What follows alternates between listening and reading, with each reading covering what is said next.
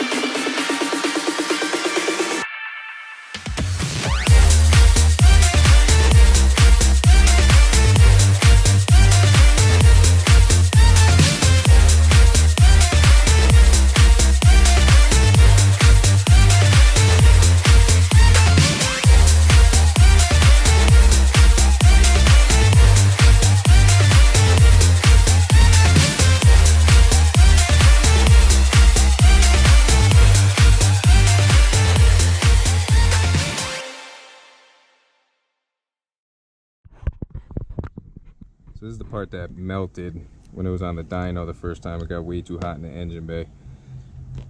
Half of it's already missing, and all the wires look good. I don't see any like melting through or anything like that. So I'm just gonna replace this new and put it all back together and see if I'm still having this issue.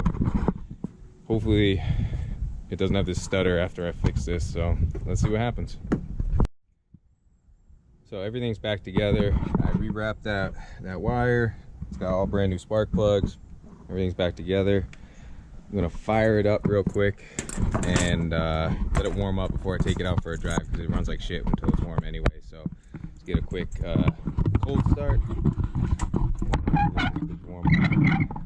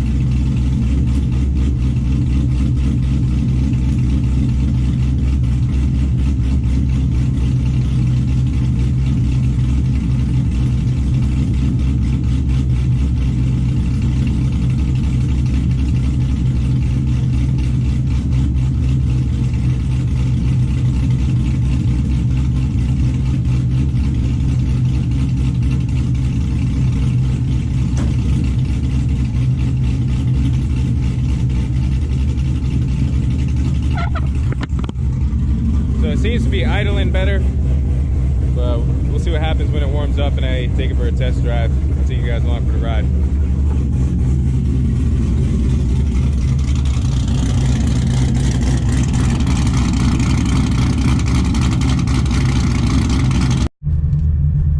So everything is all right so far. The biggest test is going to be when I take it on the highway and see what it does when it's in 6th gear. Because when I was in 6th gear at like 65 miles an hour, the thing was just, it was like bucking, like it was trying to go and stop, like it was losing spark or something. So I'm gonna take it up on the highway and see what happens, put it on cruise control.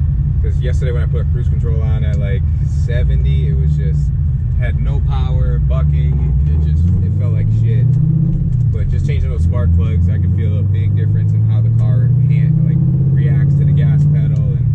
And the spark plugs didn't look bad, but I don't know, maybe something's wrong inside of them. Because I know on cylinder 6, when I figured out I had that crazy misfire from the coil, it was all fucked up. So, but I don't know. We'll take it up on the highway and see how the RPMs react when I'm just cruising at like 1500 RPMs in 6th gear.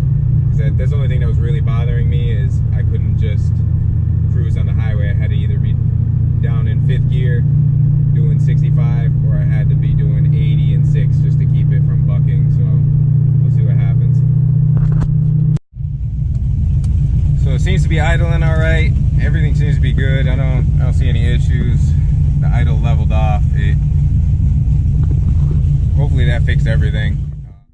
All right guys, so I'm gonna show you everything that I bought for the battery relocation kit instead of actually buying a kit. That was like, I think the best one I could find was like $200 something. So this one actually only cost me about $68, and I still have to get the battery tray. I'm just gonna get a universal tray to put it in the back, and hopefully I can get that for like 10-15 bucks. So, but here we go. I got 2 terminals, black and red. These are military style terminals, because what I'm gonna do is I'm gonna run the wire to the back, hook it up, and then I'm gonna use these to stick onto here and just bolt them on so they won't go anywhere. Because the old terminals that come on the Corvette. They're like this squeeze type, and they never want to stay on. They're constantly coming loose. So, but here's the wire that I got. I ordered this straight off Amazon. It's 0 gauge welding cable, battery cable line. I got 30 feet just in case I would need anything extra. This is what I'm going to use after I relocate the terminal to tape off the fuse box so it doesn't happen. The issue I had before doesn't happen again. And I'm also going to use these heat shrink tubes to not only, because I'm only going to use red wire, but so I can tell. I'm going to put the black end on the black terminal so I can tell which one's which.